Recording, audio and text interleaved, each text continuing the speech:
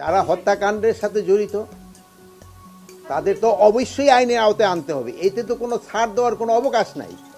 খুনিদের তো কোনো অবস্থায় ছাড় দেওয়ার কোনো অবকাশ নাই। আর আমার ভাইয়েরই আজকের ভিতরেই তারা একটা কেস করবেন, মানে যে 4 জন হত্যা হয়েছে তাদের জন্য, এবং তাদের সাথে সাথে আমরা যারা পাবো, মানে যারা প্রকৃত দোষী তাদের আমরা আইনের আওতায় নিয়ে আসবো।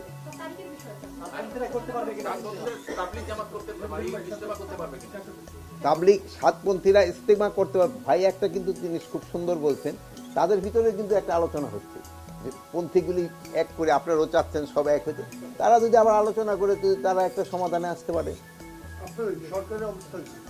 সরকারের অবস্থান, সরকার টাইম পাবো তো ভাইয়ের আলোচনা করুক।